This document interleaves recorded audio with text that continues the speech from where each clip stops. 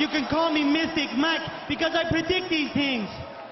Chris Curtis takes on Roman Kopylov this Saturday, and I think this is going to be a really fun fight. I think this is going to be a stand-up war between two very good middleweight strikers.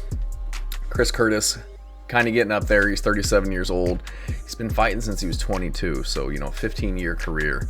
Very experienced, but also he's taken his lumps over the years. 5'10", 75.5-inch reach. Very good boxer, very good striker. Doesn't throw a lot of kicks. He did throw a really cool hook kick against Imavov, but usually, you don't see him really mixing up his strikes at all. Primarily a boxer, likes to counter strike, will push forward. Kind of one of those guys, he'll push forward a little bit just to get you to commit and then look to counter you as you come in. He's had a really good career in the UFC. Pretty exciting dude. Coming off of a split decision loss to Brendan Allen that I think he could have arguably won. Tore his hamstring towards the end of the fight, the end of the 5th round, that I think would have... it looked like he got hurt, so Brendan Allen had a good end to that round. I think that without that happening, he might have won 3-2, but still a good performance. A lot of people don't know he took that fight on short notice. Both fights he took against Brendan Allen, he took on short notice. This one, 5-round main event, was in better condition than Brendan Allen, so I think that's something to keep in mind in this fight. Is Chris Curtis? He's got very good cardio. Dude's very efficient on the feet. Doesn't really overthrow his punches, get off balance, anything like that. He's very good defensively, so doesn't take a lot of damage or punishment. Seen him get hurt, but I've never really seen him get put out in any fights. Usually he's losing decisions. So looked good against Brendan Allen. Before that, he fought Marc-Andre Barriault, went to a split decision, which just doesn't look very good.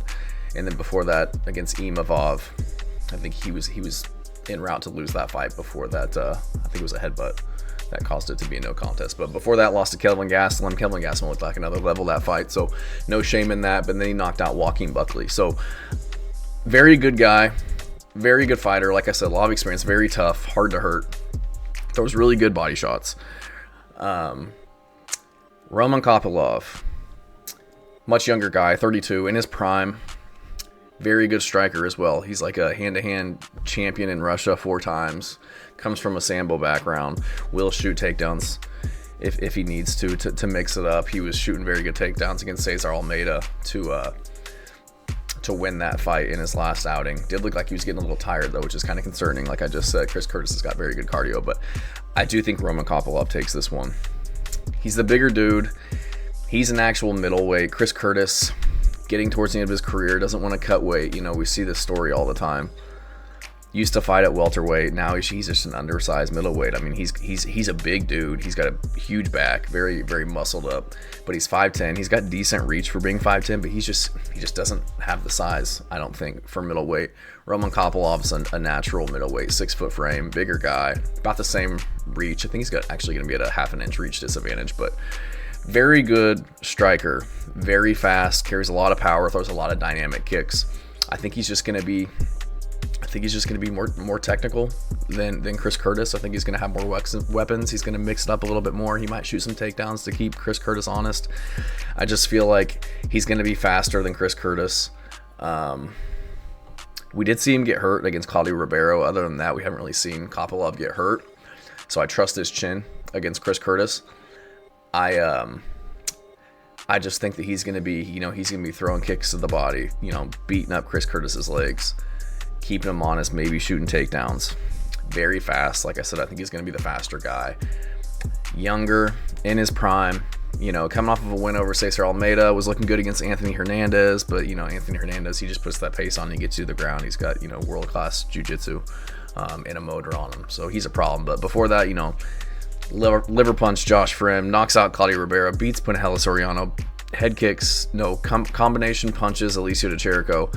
The only times that he's losing, it seems to be the guys that want to grapple him. Like Anthony Hernandez, he was winning the stand-up against Anthony Hernandez, but he eventually got him to the ground, and he was just outmatched there.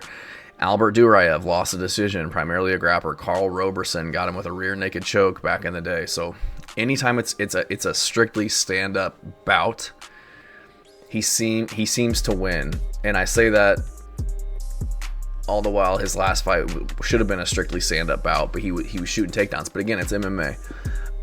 Cesar Almeida's world-class kickboxer. You got to do what you got to do. He was damaging Almeida in that fight too. Hurt him at the beginning of round 1, dropped him later in the round.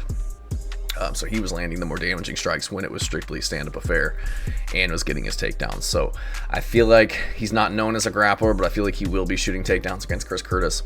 Chris Curtis is known for his very, very good takedown defense, but you don't always have to be getting your takedowns for them to be effective. A lot of times they'll get guys to drop their hands. That's what I expect Roman Kopylov to be doing, getting Chris Curtis thinking takedown, drop his hands. He's got very quick combinations, very straight punches that he can catch him with. I also think that he'll be digging his kicks to the body to set up high kicks. That's what he's done in a lot of his fights. So I don't think he'll get Chris Curtis out of there. I think Chris Curtis is an absolute dog. Dude's tough as nails.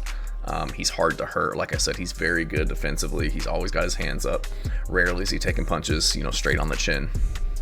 But I do think that Kopylov will outpoint him in this one and win a decision. So let me know what you guys think. If you disagree with me, agree with me, whatever, and appreciate you guys watching. Thanks.